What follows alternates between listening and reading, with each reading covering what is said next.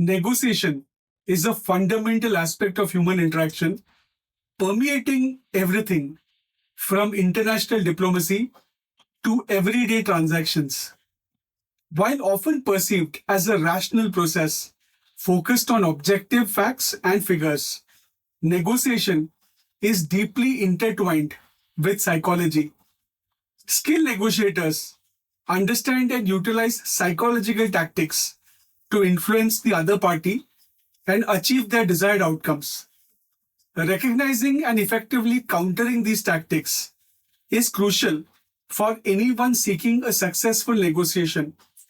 This video will delve into the world of psychological tactics in negotiation, exploring common strategies, offering practical advice for defense, and emphasizing the importance of ethical considerations. One common tactic is anchoring. This involves setting an initial high or low, depending on the negotiator's goal, offer, to influence the other party's perception of the value being negotiated. For example, a seller might list a car at a significantly inflated price, knowing they will eventually come down, but aiming to make the buyer feel like they are getting a great deal when they negotiate a price closer to market value. Countering this requires thorough research beforehand. Knowing the fair market value allows you to resist the anchor and propose counter offers based on objective data. Another prevalent tactic is reciprocity. This leverages the human tendency to reciprocate actions. A negotiator might make a small concession early on, hoping the other party will feel obligated to reciprocate later. While reciprocity can foster goodwill, it's important to be aware of its manipulative potential. Don't feel pressured to match every concession. Instead, focus on the overall value exchange and make concessions strategically tied to specific gains. The scarcity principle is another powerful psychological tool. Creating a sense of urgency or limited availability can pressure the other party into making a quick decision without thoroughly considering the implications. There are only two of these left, or this offer is only valid until tomorrow, are classic examples. The best defense is to resist the pressure. Take your time, ask clarifying questions, and don't be afraid to walk away if you feel rushed. Beyond these specific tactics, negotiators may also employ more general psychological tactics or strategies. These include good cop, bad cop. Two negotiators work in tandem, one being aggressive and uncompromising, that is the bad cop, while the other appears reasonable and conciliatory, the good cop. This can make the good cop seem like the reasonable or the only reasonable option. What are the emotional appeals? Let's understand that further. Playing on emotions like fear, guilt, or sympathy can cloud judgment and lead to unfavorable agreements. Aggressive behavior is the next. Intimidation, interruptions, and personal attacks can disrupt the other party's focus and create a power imbalance. A compelling anecdote illustrating the impact of psychological tactics comes from the world of art dealing.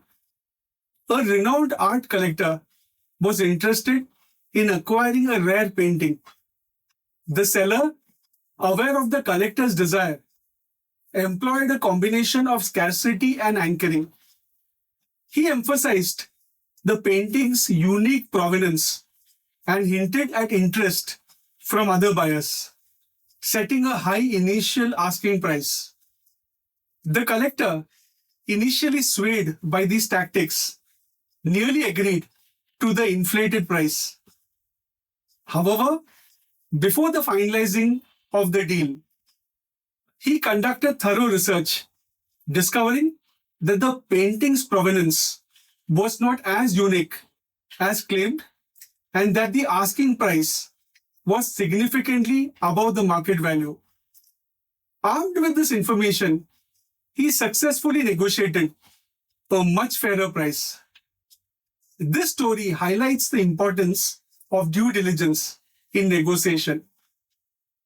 Research, preparation, and a clear understanding of your own priorities are crucial defenses against psychological manipulation.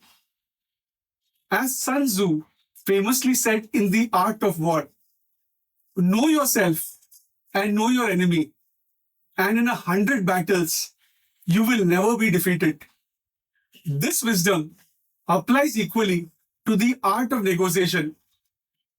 Research supports the effectiveness of psychological tactics.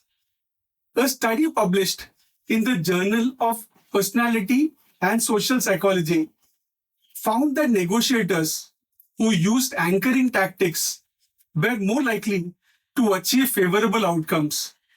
However, the same study also showed that negotiators who were aware of these tactics were less susceptible to their influence.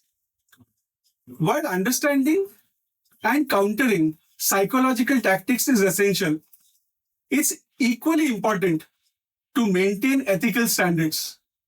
Negotiation should not be about manipulation and deception. Building trust and fostering a collaborative environment, even in competitive situations, is crucial for long-term success. Using psychological tactics ethically means focusing on persuasion and influence, not coercion or trickery. In conclusion, negotiation is a complex interplay of strategy, communication, and psychology. Understanding the various psychological tactics employed by negotiators is vital for achieving favorable outcomes.